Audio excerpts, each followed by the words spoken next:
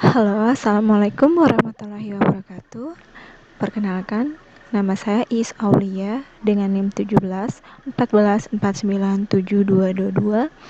konsentrasi komputer akuntansi, program studi sistem informasi, Fakultas Sains dan Teknologi Universitas Raharja. Di sini saya akan membahas tentang perancangan sistem informasi penunjang keputusan pembelian berbasis website pada CV Sabar Maju.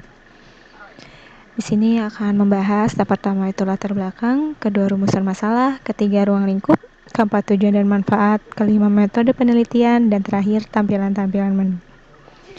Oke, yang pertama adalah latar belakang. Latar belakang dari CV Sabar Maju bermula dari seorang pemuda yang ingin mengembangkan karirnya dengan membuka warung kelontong sejak tahun 1967. CV Sabar Maju hanya menjual perabotan, perlengkapan rumah tangga. Tujuan dibentuknya toko ini adalah memberikan kemudahan mencari kebutuhan-kebutuhan rumah tangga bagi para konsumen.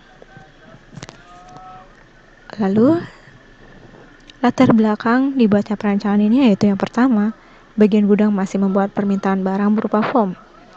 Yang kedua, bagian pembelian masih membuat PO manual. Yang ketiga, sistem pembelian yang berjalan sangat banyak prosesnya. Yang terakhir, ada terlalu banyak user yang terlibat sehingga adanya human error. Lalu, apa sih rumusan masalahnya? Yang pertama, bagaimana proses sistem pembelian yang berjalan saat ini? Yang kedua, apakah proses sistem pembelian yang berjalan sudah optimal dalam mengambil keputusan? Yang ketiga, apakah proses sistem pembelian yang berjalan saat ini sudah mampu membuat laporan dengan cepat dan akurat? Ruang lingkupnya adalah, untuk membatasinya, saya akan dimulai dari proses permintaan barang ke MD sampai dengan proses pembuatan laporan pembelian. Oke, tujuan dan manfaatnya adalah tujuannya yaitu mengetahui proses sistem pembelian yang berjalan saat ini pada CV Sabar Maju. Yang kedua, merancang sistem pembelian yang dapat mengetahui persediaan barang yang terupdate.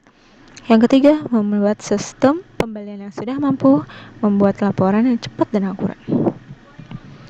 Manfaatnya adalah agar data pembelian pada setiap bagian terkait dapat terintegrasi dengan sistem informasi pembelian berbasis web.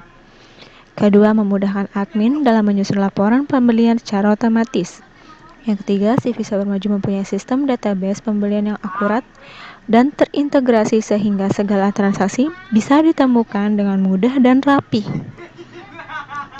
Metode penelitiannya yaitu pengumpulan datanya yang pertama adalah observasi, di mana saya langsung ke tempat CV Sabar Maju yang berlokasi Jalan Kiasnawi. Lalu wawancara kepada stakeholder, lalu yang terakhir studi pustaka dengan mereferensi jurnal atau skripsi-skripsi yang lainnya. Metode analisisnya saya menggunakan SWOT, di mana itu ada strength, weakness, opportunities, dan threat. Strength-nya itu toko tidak perlu mencatat secara manual untuk memberikan data permintaan atau produk. Weakness-nya permintaan masih belum dapat diupdate sehingga perlu adanya daftar toko dan staf gudang untuk mengakses website. Opportunity-nya tampilan sistem yang user friendly sehingga memudahkan toko dan staf gudang, menjadikan aplikasi yang dapat berfungsi mempercepat tanpa harus mencatat secara manual. Yang terakhir ada threat, terkait data stok barang cukup rentan terhadap manipulasi data oleh user memiliki akses login. Hal tersebut dapat menimbulkan kerugian bagi perusahaan. Metode perencanaan sistemnya saya menggunakan ada Visual Paradigma UML, ada database XMPP, MySQL, PHP MyAdmin, dan saya menggunakan Notepad. Metode pengujiannya saya menggunakan black box testing, di mana ada input, ada proses, dan output. Berikut tampilan awalnya. Tampilan awalnya itu halamannya berfungsi sebagai sistem keamanan bagi pengguna, yaitu di mana user yang bertindak sebagai administrator memilih hak akses untuk menggunakan sistem ini atau tidak. Di sini ada username dan password ya. Lalu ada tampilan halaman utama admin.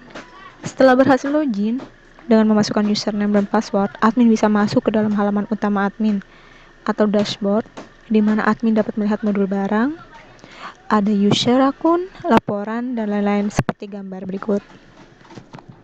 Lalu ada halaman modul barang. Halaman ini terdapat hanya pada bagian MD, di mana MD bisa menambahkan dengan cara mengisi kode barang, nama barang, dan juga mengisi keterangannya. Lalu di berikutnya adalah tampilan modul daftar barang.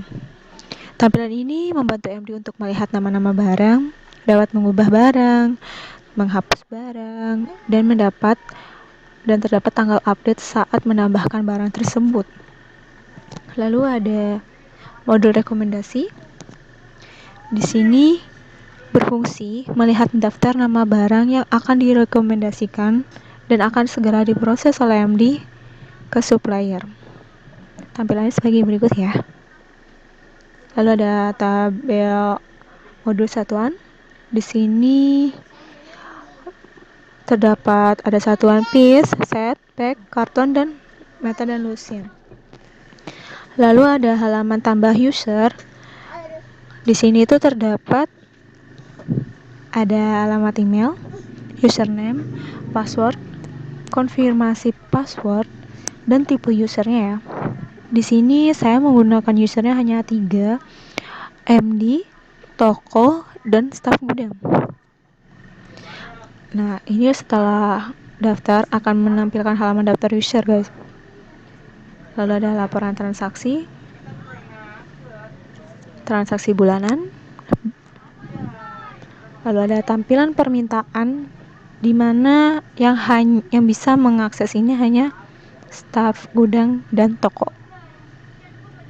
Lalu ada tampilan daftar permintaannya juga. Nah, ini adalah tampilan laporan transaksi, di mana ada masuk dan permintaan barang. Laporan bulanan bisa melihat stok awal, stok keluar dan keterangan. Sekian dari presentasi saya. Semoga bisa dapat bermanfaat bagi kalian yang mendengar. Terima kasih.